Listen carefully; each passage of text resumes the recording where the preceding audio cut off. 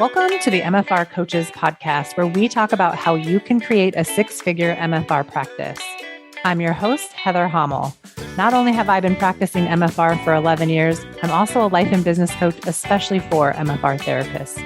My goal is for you to understand how to get fully booked, how to talk to your clients, and how to make sure they understand what's possible for them with MFR treatment. I'm here to help you stop under-earning, overworking, and burning out. I'll lend support so you can create the MFR practice you've always wanted. Learn how you can do it too, even if you live in a tiny town, and even if you're just starting out, and even if you've ran your practice for years. Let's go.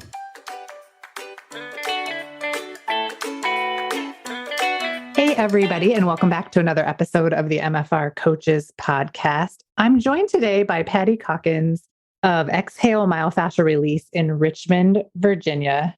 For those of you who don't know Patti, I just wanted to give you a little background. Patti and I work together in group coaching, and so we've known each other for a little while, but it's been a while since we've had like a face-to-face check-in. So I'm excited to find out what's going on in your business. And I know other people listening are going to be very excited about the stories that you're going to share. So welcome to the show. How are you doing?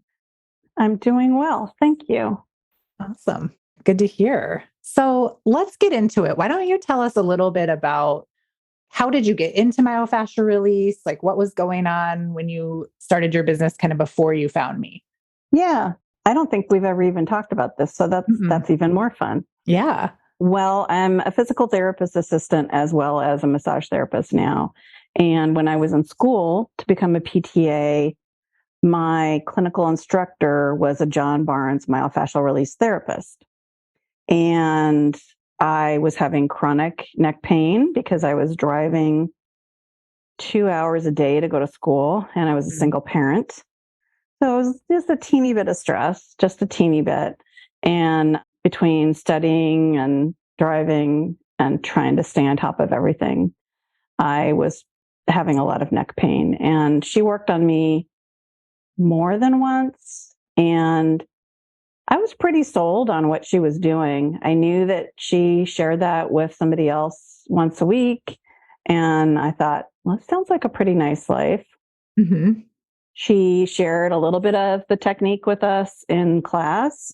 We had a couple of days, and I felt like I didn't have a clue at what I was doing, but I was intrigued. So when I became a therapist, I started working with children. A lot of my children that I was working with had cerebral palsy. And I just thought, they need to have some hands on those little tight tendons, those really tight legs. And so I'd put my hands on them and imagine I knew what I was doing because I hadn't had an official course. I had only had a little bit of time, playing with it. And I just continued to do that throughout my career until I finally had a boss, and it was a totally different environment. But when I met her, she said, I'm a myofascial therapist trained by John Barnes. She was a speech therapist. I would love to help you get that training. Wow. Yeah. But it took, I was 6 years into my career before I finally had somebody who was interested in sending me to school. Because that's back in those days as a PTA, they paid for your continuing education. Wow. Yeah, I know, right? If they approved it. Right. Okay. So they sent you for training. They did. What was your first seminar? MFR 1 was my first seminar. Then they sent me to fascial pelvis. And then I paid for unwinding. Okay. And all of that led me to my last stop in my PT career, which was pelvic floor therapy. But those hands-on skills that I'd been playing with all the time leading up to the point where I got trained as a John Barnes therapist, that served me really, really well. That and the training led me to the pelvic floor therapy. I never would have ended up in pelvic floor therapy if I hadn't had an interest in doing hands-on work, the manual work. I never would have had that opportunity. And I really loved it. It's enriched my career. It is a big part of who I am still today, even though I don't do pelvic floor therapy anymore. So I'm super grateful to that boss for having sent me.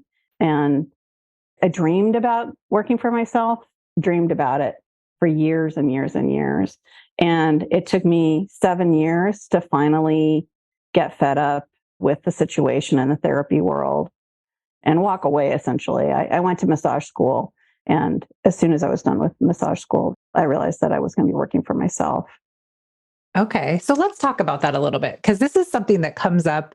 Like a lot of people that are in my current group coaching program, so that's like my February group, are leaving their job. So we've got PTAs leaving, we've got PTs leaving, a few have already left, but this seems to be like a grieving process for some people. And I just want to know like what your experience was like when you decided you were done and decided to leave. Like, was it hard for you to leave?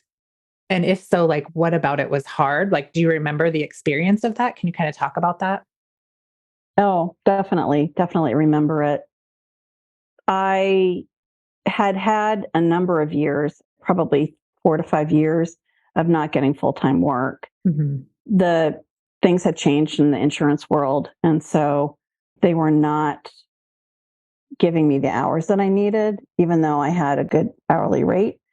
And so I felt during those years, there was a huge demand for what I was doing. Mm-hmm. The city that I was living in then, which isn't Richmond, we didn't have enough pelvic floor therapists. There are still not enough pelvic floor therapists pretty much anywhere. Right. Yeah. So I felt really frustrated. I thought, if you could just let me do my work, I could serve this population, because I really loved what I was doing, because that population was a chronic pain population.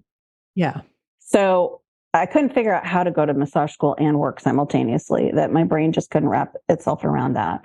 And in 2020, the world kind of exploded. And I moved to Richmond. I couldn't find a job as a PTA, as a pelvic floor PTA.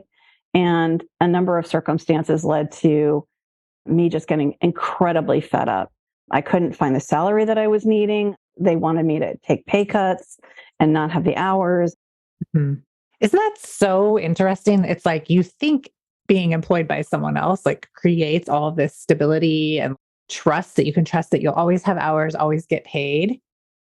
And then there's this time that we all know, and I think some people are already starting to forget, that they can just not pay you, or they can promise you the world and not deliver on it. And there's no consequence to them. A lot of people will stay there. Yeah, it happened all the time, all the time. And it happened for a number of years for me. Like even before 2020. So it's like not even a COVID problem. This is just like an industry problem. No, it's an industry problem, at least for PTAs. I can't speak for PTs, but for PTAs, because now they're getting paid, insurance is paying less for a PTA to serve a patient. And that they knew that was coming in. And so they were prepping by offloading them. Essentially, yeah. I was like trying to think of the right word. So like originally was the idea behind hiring a bunch of PTAs. Like, I'm not a PTA, so I'm just like very curious. Like the whole point of that was they could pay you less, but you could see more patients. So then they didn't have to pay the higher, like one PT could basically manage or supervise infinite PTAs, and they could bill out whatever and make money. Roughly, because, they still have to supervise, air quotes, whatever that means. Yeah. Yeah. Really, for most of us, if you're a good PTA, they're not really having to do a whole lot. You're checking in with them to see if, your thinking is right, or, what do you think about if we do this? How would you feel about that? Like if you have a good relationship, it's really sort of more like a peer relationship, which is pretty nice. But yes, that is absolutely the thinking, that they didn't have to pay us as much. And so as a result, they could serve more people. Then the insurance world started to shift, and they realized that they weren't going to make as much money as they were. And PTAs were requiring, a higher pay, at least at some point. So people like me who had been working for 10, 15 years, I was being told, well, you make as much as a PT, because I had specialized training. I had thousands of dollars in training as a pelvic floor therapist. Yeah. But, they were just like, oh, no. So crazy. It's like not based on the service you're doing or the results your clients are getting. It's just like, do you check these boxes? And if you don't, like, we cannot pay you this amount. And if you're getting Yeah. paid it, we're going to take it away because that was an oopsie. Yeah. And, we have cancellations, then we're just going to give your patients to the PT because PT can serve the patient just as well, even though what you've been doing with this patient is very intimate and they have a relationship with you. I was just a cog in the system. And, I got reminded of that continuously. And it took me my stories around money. Yeah. Really, really affected me. And those are some of the things that you helped me with, for sure. You've helped me with. Good, good. Well, let's get into that in a little bit. But before Yes. that, so, you're thinking about leaving, you're having stories about money. Like, can you remember what the thought was about leaving that made that difficult or maybe kept you there longer than you intended to stay? Because something had to have been going on that kept you there. That was it like the thought, like, it's dangerous to leave or how am I going to pay my bills? Yeah. I can tell you just briefly, I was raised by a single parent Uh-huh. who was raised in the Depression. So my messaging, probably even encoded genetically, Yeah. is that we don't have money and we're probably never going to have money. We're never going to have what we need. And so I had some spaces where things were stable financially when I was married. At that point, earlier in my life, it was stable. We were okay. Plus, you had this great job, like in air quotes, like you had created a stable, quote unquote, career for yourself being a PTA. Like that should seem very financially stable, right? Right. And I had every new job I took, because every 2 to 3 years I would leave a job. Mhm. Every single time I got a 10 to 20% raise. I set myself up so every single time I got a bigger raise. I was a clinical coordinator at one point. You're going up the ladder. Exactly. I was going up the Yeah. ladder. Although as a PTA, I was, hitting sort of this window, like things had shifted. They didn't want me to be an administrator, even though I had leadership ability. Yeah. You didn't have the right letters beyond your name. Oh, no, I did not have the right letters at all. Yeah. And because of that, they could throw me away very easily. Yeah. They could offer me 20 hours of work instead of 40 hours of work. They could take away my benefits. I had a conversation at one point when I was moving to Richmond. I wanted to keep my job. And they were like, well, we're just going to drop you down to 20 hours a week. And I said, what? I have a child on health insurance. I'm not going to have health insurance if you do Yeah. that. They're like, oh, really? Well, that's too bad. I mean, Yeah. Like you're just a number really at the end of the day. Yeah. yeah, I'd been there for 4 years. I was just a number. I had to hear that message over and over again until I finally said, I'm done. I am done with this. I know I can do better. Yeah. So you were done there and then you decided to go to massage school. Yeah, basically. I had a couple jobs here, which were far worse than the. I thought that was a bad situation. It was Yeah. much worse here. But the situation earlier definitely sealed that envelope and made me go, okay, I'm getting out. So I went to massage school, and that was a Okay. big commitment. Yeah. What gave you the courage, do you think, to like pay the money to go to massage school and like leave a job behind? Or were you still Right. employed when you went? Or how was that? I was still employed. I Okay. sat down and I said, I would like to drop down to half time so I can go to massage school. And they said, that's great. And about a month later, they cut my whole schedule and said, we're going to give all of your patients to the PT. And we're not sure when we're going to have a need for you. Okay. So basically, I became unemployed about a month or two after I started a massage school. Okay. So what was that like? Like, was that pretty scary? I was so angry and I was so scared. But I mean, I've remarried. And that was part of, like, honestly, having the support of my husband, who was like, you're not happy, that I know you're going to be successful and we'll be fine. That's nice. Yeah, no, it was really nice. I had never had that before. I'd never had that kind of support. So he's a big part of why I was able to walk away, because he was like, I got you, we're going to be okay. hmm Sometimes that's what we need to see, like in our partners, right? Is like that reflection of we know we'll be okay, but like when someone else also tells us we're going to be okay, it makes it seem more real sometimes. Like you have to believe it too. Like someone can't believe it for you a lot of the time. They can like do 50% of it, but you've got to believe too. Right. Exactly. Okay. So you finished massage school. You had already taken some John Barnes classes when you were PTA. Yeah. I had taken 3 courses. I had paid for a 4th course, and it had Okay. been just sitting there. The credit had been sitting there for a very long time. But here's the thing. I was absolutely insistent that I was not going to specialize in MFR. Oh, why? I have no idea why I was not going to specialize in MFR. Yeah. That's so funny. You're like, I like giving massages.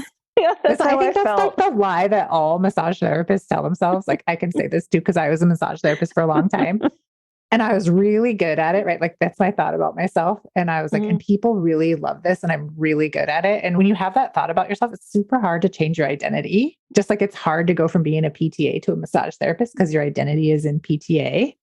Yeah.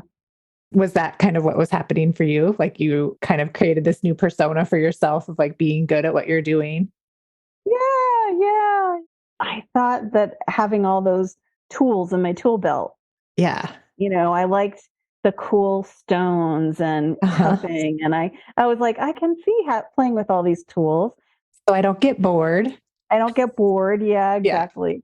Exactly. But I opened my business in January of 2022. Okay. And by April, I was having so much pain in my hands and my forearms from the Working massage, hard. from the massages I was doing. Yeah.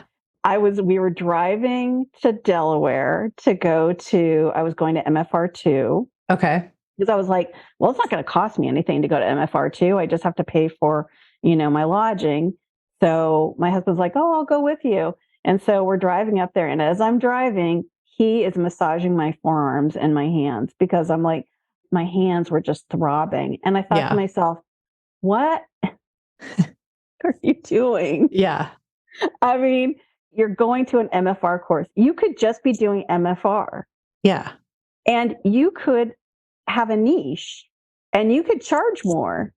Yeah. And you don't have to work so hard. Like, I Yeah. want to also make it clear, like, doing MFR only, it's not easier necessarily on your body. Like, you're still like using your body as your tool, Oh, for but sure. it's just more sustainable and you're not working so hard. Like, the efforting is different, I Yeah, guess. for sure. Because it For makes me cringe sure. when people are like, oh, you're doing MFR because it's easier. Like, I had someone say that to me the other day and I was like, I will cut you. Like, this is not true.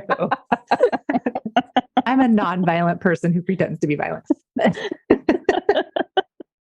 No, I'm not suggesting that it's easier, but I know for sure. Massage is harder on your body. Like, Yeah. you have to work really hard to make any changes. That's the difference. Yes, because you're working superficially and you're doing everything. You have to work on every part of the body. Yeah. And you have to work hard. You work hard for your money. I The think there's a song. song about You that. work hard for your money. Yes. Karaoke hour is next. Okay. So you went to MFR2. You were done with massage school by that Oh point. yeah, yeah, yeah, Okay. yeah. So you started your business in January of 2022. You went in May. Then what happened? I came home and I just started doing only MFR with my clients, but I was still charging them what I'd been charging Okay. for massage because like I was talking to people about what I had done. I was Mhm. talking to my clients and I was building my business. I think I was on, not quite full, which is pretty good for 5 months in. I had built my business, Yeah. but I wasn't quite there yet to figure out like I knew I needed to raise my prices Mhm. and I knew that I needed to educate my people and I didn't really have the courage to like kind of do that. And then somewhere in May, my friend Leslie Mhm. said, hey, I have we were talking and she said, I might have something that you could do that would be beneficial to you. You could try Heather Hommel's Raise Your Rates boot camp. And I was like, oh, I read her book a couple of years ago. or I guess it would have been somewhere in 2021. I think I read it while I was in massage school. I read it. Oh, that's awesome. Well, I was like, this is interesting. This is like very tailored. This is very specific. It is. It's very niche. Very niche. I was like, yeah. She's like, yeah, it's like $100. It's nothing. I was like, oh, I'm doing that. And so in June of 2022, I did your Raise Your Rates boot camp. Okay. So that was the very first Raise Your Rate boot camp I taught. I feel special. Yeah. That I got in on the first one. You got in on the first one. Well, by the time this airs, I'll have done it 3 times. So crazy. That's crazy. Okay. So why don't you tell us a little bit about what you thought would happen coming to Raise Your Rate boot camp and like what actually happened? Like, what did you learn? Well, I thought that, some of that's there. I would figure out the practical stuff, the really practical stuff. And that would help me get to the next level. But that really wasn't what was really needed. Sitting down and looking at my facts, which I had not done at all. I had not been looking at my numbers. I had really not been looking at numbers. I hadn't been tracking anything. Yeah. I had probably very little idea of how much money I was making and didn't really have a plan for what I wanted to make. Yeah. My prices were completely based on what everybody else was charging. So when I decided to specialize, which I hadn't officially done yet. I'm just thinking about it. Well, I was doing it. I was like only doing MFR and I was shifting things, but I hadn't really sent an email, said, this is what I'm doing. And, I hadn't done any of that, but I knew I should charge more for that because I knew that what I was doing had value. Yeah. Beyond what massage was. But doing your Raise Your Rates boot camp made me realize that I needed to figure out what I wanted to make. And that helped me figure out how much I really should be charging. And it wasn't as simple as that because it's also like, what are you going to do to actually deliver that information to your clients? Because my new rate was way more than what I thought it was going to be because I was struggling. Yeah. Do you mind sharing what your rate was before you came to Raise Your Rate boot camp? No. I was charging $90 an hour. Okay. And did you have multiple kinds of treatments? Did you do hours, half hours, 2-hour treatments, 90 minutes? No, I called it integrative massage. Basically, I was going to give you whatever was called for. Okay. Which might include myofascial release, some craniosacral, anything that I could pull out of my toolbox. Okay. Did you also do 90-minute sessions or did you just 2 hours? Okay. I think I remember you being really married to 90-minute sessions when we met. I was married to having choice. Yes, that's right. I'm all about choice. That's right. I also did 120s also. Oh, that's right. Okay. So you charged $90 an hour. And I was thinking before I started the Raise Your Rates boot camp that I needed to increase it to at least 110. And I thought that was going to, I was going to lose everybody if I went to 110. And so I was probably going to land at 100, which is going to make me sick to my stomach. That's right. Yeah. $10 rate increase. We're getting ill. I mean, that's so normal though. The experience, I think for everybody is, well, I'll just raise my rate $5 or $10. It's really uncomfortable, but I can do it.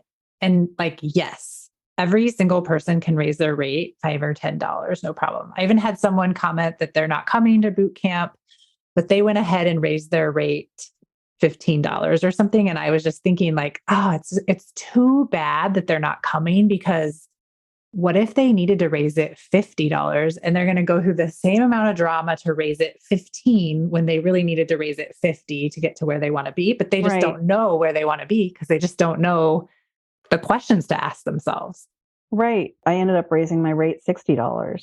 Yeah. And you were shocked to find that out, right? We did the math. It's just math. And the rest of the time it's dealing with your own drama. I was like, whoa. And part of the facts are, how many hours a week do I want to work? So, Right. I mean, I thought 4 treatments, 4 or 5 treatments. I was kind of like thinking 16 treatments a week. So, I mean, that's how my numbers came out. And I was horrified simultaneously because I was like, I am going to lose all this momentum I've built over the last 6 months as soon as I deliver this. Like I can sell them on the fact that what I've already sold most of them on the fact that what I'm doing is amazing. I only had a couple people who, well, somebody who came to me thinking they were getting a massage, Yeah. and he was like, "This isn't massage." I'm like, Yep. well, it is kind of on me because I didn't quite, but it does say integrative massage, and But anyway, I only had one person who didn't like it, Yeah. so I knew that they were happy with what I was doing, but I thought I am going to lose all this momentum. I'm going to lose these people. Yeah. What actually happened though? So you set your rate at 140 then? You ended up setting it at 150, 150 150. and you got rid of 90-minute sessions. Not at first. Not at first. Because Okay. I was like, Heather doesn't You're like, know. Heather's crazy pants. She does not know what she's talking about. Yes. Exactly. So no, I was like, I want that option. So I kept offering 60s and 90s and a couple of 120s. Okay. And when I delivered that information beginning in July, I delivered it in June, because like sometime in June and starting in July, we were going to have the new rate increase. But all my old people were going to get brought in at a higher rate, which was like 125. Okay. So they kind of got a grandfathered in rate. Their rate went up, but not all the way up. Yeah, not all the Is that way because up. you were afraid people would just leave, or what was your reasoning? Okay. Oh yeah. Okay. 100%. I was afraid I was going to lose everybody. So tell us what actually happened. Well, so I had a couple of people who complained. Like, what did their complaint sound like? Well, they were like, "Oh, I'm not going to be able to come as often." Because I don't know if you remember, I had a family of people I was seeing, and this was the mother of the family, the matriarch, and my husband won't be coming back. I was like, okay, but nobody else complained. Yeah. Now, I did have people drop off. Mm-hmm. I had a few people drop off. Not yet, though. Like in November, I moved everybody up to the 150 or a package rate. And so they had a long time because I really hadn't made it. Like I really had not made a decision about when I was going to quit that lower rate for everybody. Mm-hmm. Was that mostly just because you weren't willing to feel the discomfort of implementing that decision sooner? Like you waited to feel comfortable, or what do you think was going on for you then? Like just in hindsight. Oh, it definitely didn't want to feel uncomfortable. Yeah. But you were uncomfortable anyway, charging the lower rate, right? Like every time you checked them out and you got paid less, was that a little bit of a discomfort too? Yeah, it took me a little while to get, because at first I was like, oh, this is more money. But then I had new people coming in who were paying the higher rate. Right. And people who were buying packages. And I was just like, why have I complicated this so much? But it took me a little while. Yeah. It took me a little while. Probably by, a couple months into it, I was like, this is crazy. I need to end this. Mm-hmm. I just want to reflect on something though. Like this is your first year in business and you were making these decisions. Like it's really cool. And I like to point this out because it doesn't matter if you've been in business for 20 years or like this is your first 6 months in business. No matter where you're at, like you can make these changes and then you get the ripple effect of these decisions for the rest of the length of your business. So even if it took you 6 months to implement the rate change, it's really not that big of a deal. No. And I grew. I mean, that whole time I was growing and my confidence was growing. Yeah. And just your ability to do business, because you went from boot camp into group coaching. Right, exactly. So then we spent 3 months together, like getting your face coached off and like learning how to talk about MFR, learning how to sell the result. Like, so it was more than just the rate increase. It was like, how do you sell this? And how do you get clients to understand the results of it and the value, right? Not just buy hours on your table. Exactly. Because that's not sufficient. You have to talk to them about what's important to them. Mhm. And that's how to help them understand what the value is, see the value. They kind of understand it, but they're not thinking about it. I am so excited to announce that Raise Your Rate Bootcamp is now a course available for purchase. Buy Raise Your Rate Bootcamp and get all 5 days of the training and coaching, including the 50-page workbook. Get instant access to the course so you can dig right in and learn my exact method for raising your rate as an MFR therapist. Throughout the training, you'll watch me coach MFR therapists on their concerns and their hesitations around raising their rates. You'll watch the transformation as these therapists go from freaked out to ready to announce the change, all over the course of 5 days. And you'll also hear from current and past coaching clients who will share their experiences of what it's like to work with me as their coach. Click on the link in my bio on Instagram or in the show notes here and get access right now. Have your rate raised by this time next week. You can do it too. And it's interesting because anyone can charge a really high rate, but not everybody can sell it. Oh, that's for sure. Not true. everyone can sell MFR because they decide it's hard to talk about. They decide people don't understand, right? They put the ownership on the client to figure it out and they leave it up to them to make the decision versus like becoming the expert in selling MFR. And people will avoid that forever because they think sales are smarmy or gross or cruddy or like you're a bad person if you sell something. But like when you're a master salesperson at selling MFR, all you do is help a ton of people get the results that they want. That's literally all you do. Exactly. Sign me up. Well, and I was very comfortable being the expert in the room because I had had so many years Yeah. in the realm that I had been in prior as a physical therapist assistant. So that part of it, like the conversation at the end, where you sit down and you say, this is what I see, this is what I think you need, Mm-hmm. this is how often you need to come, blah, blah, blah. That is a very comfortable conversation with me. I've been doing that forever. So the PTs had, they were on board with that. But there are many times where I had to go back and say, I really think this person needs to come more often. Mm-hmm. And that's where the supervision comes in. But I was very comfortable with that part of the conversation. But I for sure wasn't as good at showing them the value of that. How do you feel like your skills are now in selling and showing the value? I feel much, much improved. I feel much more confident. I think there's still some work to do. I mean, that's why I will definitely come back and work with you again this year. Awesome. When I signed up for Raise Your Rates Bootcamp, I was like, well, there might be something there. I love how many people like repeat Raise Your Rate Bootcamp or like they're in coaching, they like keep coming and then they come to like all of the stuff I offer because it's this attitude of like, there's always something different or always something that I can learn. And I think a lot of MFR therapists have this with repeating seminars, with John. It's like, you can learn something. I'm repeating fascial pelvis for the 8th time. Oh. And I am not ashamed about it. You got to figure out that fascial pelvis. That's right. I have it figured out and I just want to keep figuring it out. It's a different experience when you're not intimidated by it. Yeah, for sure.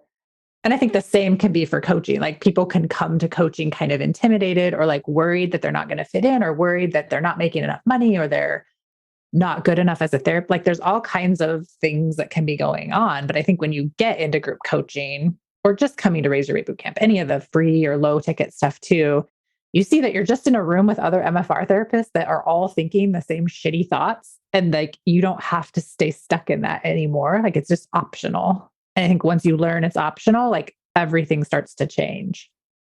Absolutely. And I think it's incredibly helpful. I think it would be helpful if people understood that you're not getting coaching just on like business basics. Mm-hmm. It's so much deeper than that. You're getting coached on how to manage your fucking mind. Yeah, exactly. I think when you come, like you think, oh, just give me the steps, right? Like just tell me what to do and I will do it. And it's so much more than that because you have to become the person that decides like what you want to do and makes decisions on purpose, doesn't wait for someone else to tell them what to do. Or you're going to be waiting around a really long time. Yeah. You don't Yeah. have time for that. We got people to see and money to make. So let's get into this a little bit about what your business was like the first 6 months of 2022. And then Mhm. what was it like the last 6 months of 2022 when you were involved with coaching, like numbers wise? Okay. So the first 6 months of 2022, I grossed $26,000. Okay. That's pretty good for like your first 6 months in business. Like that's pretty badass, I have to say, Thank you. when you're doing that on your own. Had you owned other businesses before? I had sold, well, sort of. I had done an MLM. I had been involved in essential oils, and I had worked my freaking tail off for nothing. Yeah. So, yeah, it was pretty amazing to have that much money coming through. Yeah. I don't want to discount that in any way. Like that's really good. And like, even if you just repeated that, that's still over $50,000 in your first year in Mhm. business. Like that's really badass. Thank you. Okay. So like, I'm glad though that you wanted help. So with my assistance, what did you do in the last 6 months of the year? I made $74,000 total for the year. Okay. So I made basically another $50,000. So I doubled my second half of the year. Wow. That's Yeah. amazing. By the time I got to September, October, well, October, I made almost $14,000. Mm. Is that the biggest month you've had? Yeah, it's the biggest month I've had. And part of that was because I was not stopping myself from working more than 16 hours a week. I had people coming in, I was super excited, and I had to help everybody. So I was working more like 18 or 19 hours a week, most weeks. So Okay. I did a lot more service that month than I did, and I probably did for the rest of the year. What do you think was going on then? Were you just like afraid that somehow like the momentum would go away if you didn't get everybody in? I think it's that like sort of partly that people pleasing, caregiving thing that goes on in our brains that's like, if somebody comes through the door and I get them in the door once, then I have to find space for them in my schedule, even if I don't have room. Because I was, Yeah. from July all the way till January, I was booked out 6 weeks. That's amazing. And that's like a next level problem, right? Like Yes, it's everybody's dream and everybody's nightmare once you get there if you don't have a managed mind, because then you start to do behaviors like overworking, right? Which can lead to burnout. which is what I did. Even at that point with your coaching, that it was around then when I just got so busy. I was like, okay, I'm going to drop the 90 minutes and go to 60s because I need to tailor my schedule. And I am going to have a conversation with the people who haven't committed to this process, who are coming once a month or once every 2 months, and they're just miserable. And like, I've been talking to them for months and months and months about coming in regularly, and they haven't made that commitment. Well, I've got Mhm. a ton of people here who want to come weekly. And they're plugging up the schedule because they're scheduling out way in advance. Yeah. I'm not trying to be ugly about that, but they were blocking somebody else from getting better. And they were not committed to getting better themselves, and they were blocking the schedule for somebody else. So Yeah. I broke up with about 10 clients. Wow. That's a lot of people. How was that for you? It was scary. I felt bad because some of those people I had known for a really long time. I'd known a lot of people from my pelvic floor, therapy days. Yeah. But they can always come back, right? If they want to Well, commit. absolutely. I didn't say don't come back. I just said I am only going to be serving clients who can make the commitment they need to make to heal. And you're not one of those people at this point. I didn't say it Yeah. like that, but For whatever the reasons. yeah, Yeah. for Because whatever I think you had a reason. lot of clients that were like kind of taking advantage or like booking way out and then like no showing then or like canceling. And, Yeah. it was really starting to become one of those things for you, like where you're like, okay, I want to have control over my schedule. I need to make policies around this. Right. That's part of like only being in business for 1 year is like sometimes you don't know what's working, what isn't working, and what to do differently until it's like in your face. And then you get the Yeah. opportunity to fix it right away if you have a managed mind. Or you can people please your way through it and just, whatever, hope it works out. Well, I had a cancellation policy Mhm. because I had been so burned as a PTA by people not showing up. Yeah. I had a very strong cancellation policy, but it was only 24 hours notice. It was around the same time in August or September where I went, okay, I'm bumping it up to 48 hours and I just need that time. I really do. And I'm going to tell these people that they are no longer my clients unless they can make this commitment. Yeah. I mean, and you didn't make that decision from scarcity. Like you made it like from your power, like from very centered, like grounded energy. And it's still difficult to tell people how they have to show up, right? Oh, absolutely. And then here's the thing, they all had the option to decide to show up, but these 10 were like, yeah, okay, we won't come anymore, right? And that's kind of the feeling you had. I think that had you avoid it for a while too, is like the rejection of them agreeing and being like, yeah, I don't really want this, which is difficult. Yeah, for sure. But how easy was it for you to fill those spots or at least get your schedule down and under control? It was really easy. I was getting closer and closer to my goal of 16 by the end of the year. And we went on vacation in January for I was gone almost 3 weeks. That's amazing. I know. I've never taken that much vacation. And did you feel like you could afford to go on that vacation? Yeah. Like, did you make $75,000 a year as a PTA? My hourly wage, if I had worked 40 hours a week with no time off, I would have made almost that much. Okay, but you never actually grossed that much in that. No, I never did. I never made more than 50 something. Yeah, and that's working your ass off. Yeah, I was working over 40 hours a week. Well, I was working a lot. Yeah, no, no, no. Yeah. So this is like $75,000 working 18 hours or less a week. Yeah. That's so badass. Like, because it's one thing to be like, oh, I made $75,000, but I worked my ass off and you're still working hard. Like there's no part Yeah. about running a business where you're not working hard, which is fine. No. Hard work is great, but when you are hustling and grinding, it is not as great as just like the payoff of hard work and doing what you say you're going to do and serving the amount of clients you say you're going to serve. Well, and you can't show up with the energy you need to have to heal people if Yeah. you're wearing yourself down. And how can you even part of my goal is to educate my clients about balance in their lives. How can I help people do that if I am not taking care of myself? Exactly. And I think for anyone listening to this, that's like such a good point. Like, check in with yourself and really ask yourself these questions like, am I an example of what's possible for my clients? Am I going first? Am I showing them how to show up by doing it for myself? Like, am I paying for treatment? Am I like regularly self treating?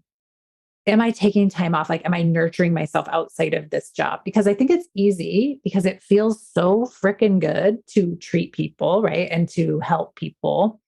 You can almost get addicted to the sensation and the feeling you get in the treatment room. And once you walk out, like, if your only nurturing is coming from inside the treatment room, like, you've got to really check in and figure out, like, okay, what do I need? Who do I need to book an appointment with? And Exactly. lucky for you, like, you have so many people in your area. You've got Leslie, you've got Rob, you've got Rain. Is there anybody else in the area?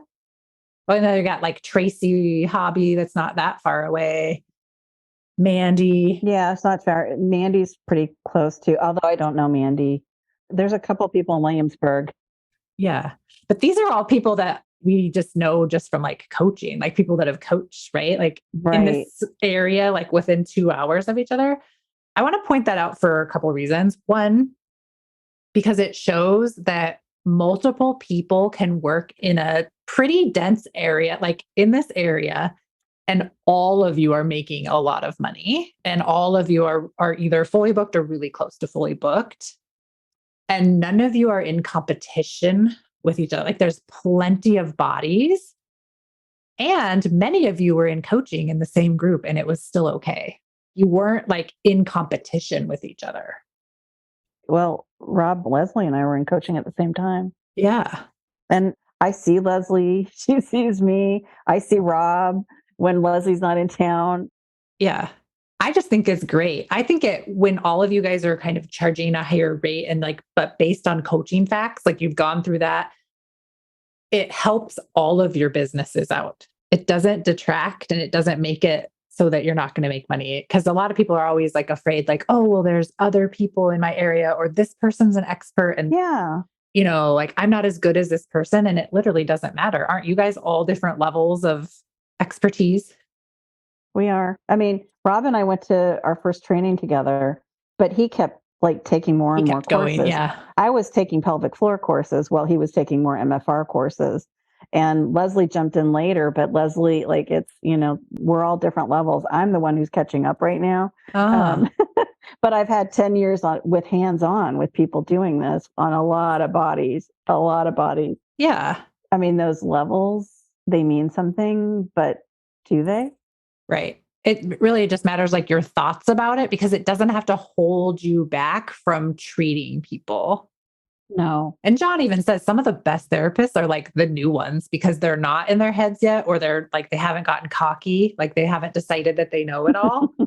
Right. Right. So it's so interesting. I like to point out the fun fact that you guys, like, there are a lot of therapists there and like everybody is thriving. And you know me, like, I love nothing more than to see thriving MFR practices. Yeah, My jam. So, absolutely. yeah. Okay, so we're getting close to the top of the hour. So I just wanted to ask you, like, is there anything else you want to share about your experience or like your biggest takeaway from what you learned in coaching or what you've learned about your business in the last year? Well, as I was reflecting, if you had asked me if I was confident about my business and what I was doing last year, I would have said, yeah, I feel like I've got a good head on my shoulders and I feel really confident. But the person I am today, this year, I think part of that's because I'm actually only working 16 hours a week and I'm actually taking advantage of my time off and Yeah. like getting to yoga, getting out to walk, eating nicely, and getting treated weekly. That's on my schedule too. Those things make me a better practitioner. And they certainly are a part of why I feel incredibly confident.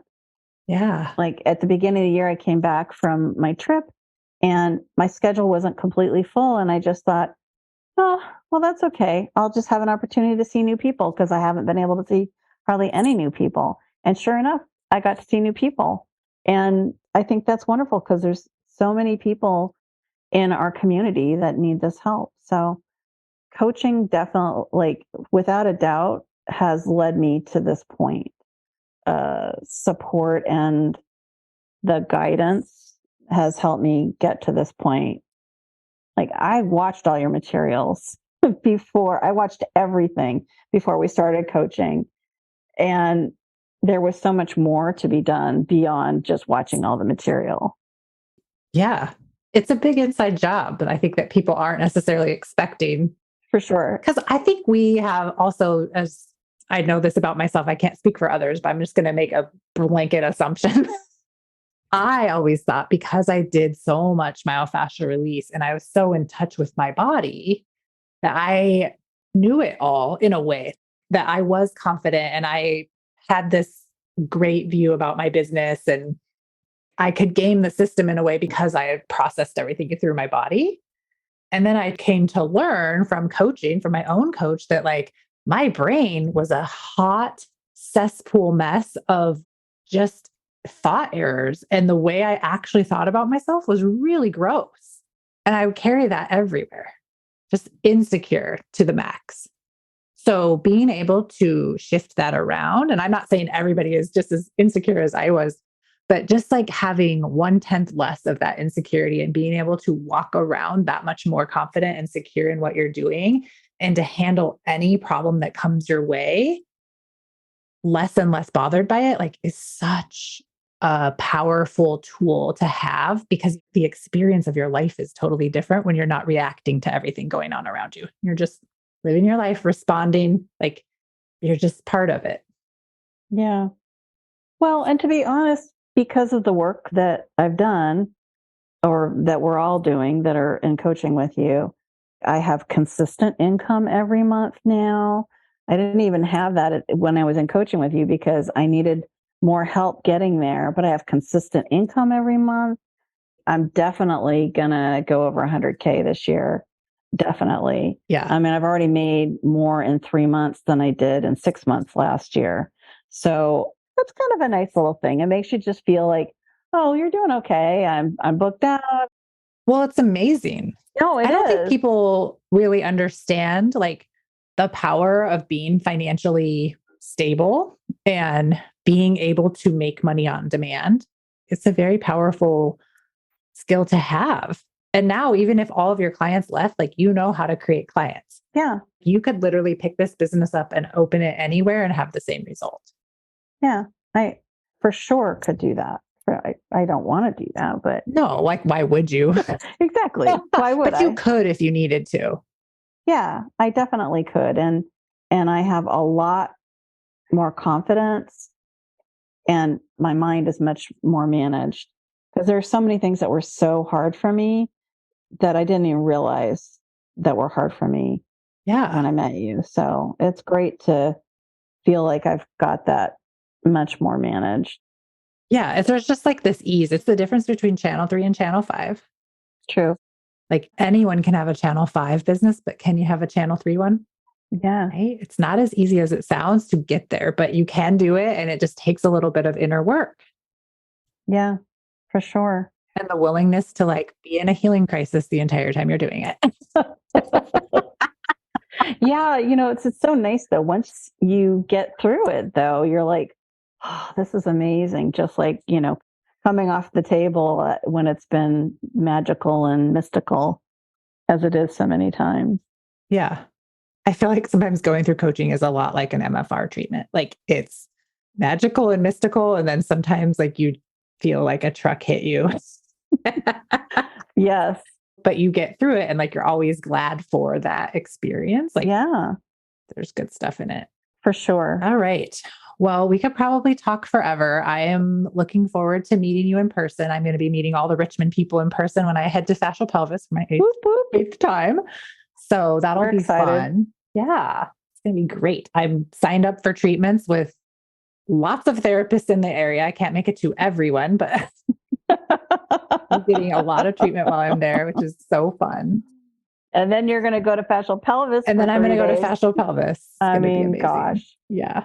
So, well, I just wanted to thank you for sharing your story and for being so coachable. Like there's a difference between someone who wants coaching and someone who doesn't. I only want people to join who want coaching. I will never force coaching on anyone.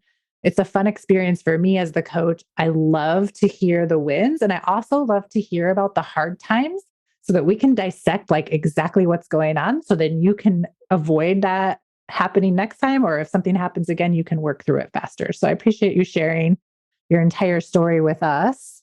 Is there anything else you wanted to say before we wrap up? No, just thank you. Yeah, you're welcome. All right. I'll see you in a few weeks. For everybody else, I'll see you next week on another episode of the MFR Coaches podcast. Don't forget to check out my website, www.themfrcoach.com for more information. And if you're interested in joining group coaching, go there and look for the links for more information. See you next week. Bye. Thanks for joining me today. My goal is to help all MFR therapists stop under-earning and burning out. I have several resources available for you. Read my book, The MFR Coach's Guide to Having Your Own MFR Business, available on Amazon and at Advanced John Barnes MFR seminars. Keep listening to the podcast. I'll always have fresh content each and every week. Join my group coaching program. Enrollment opens 4 times per year. We take all the information I teach and lay down the foundation for your 6-figure MFR business.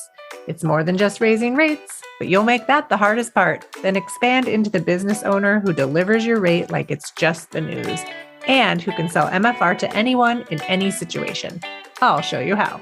Get on my email list, follow me on social media at the MFR Coach, and visit my website for more information on group enrollment, themfrcoach.com.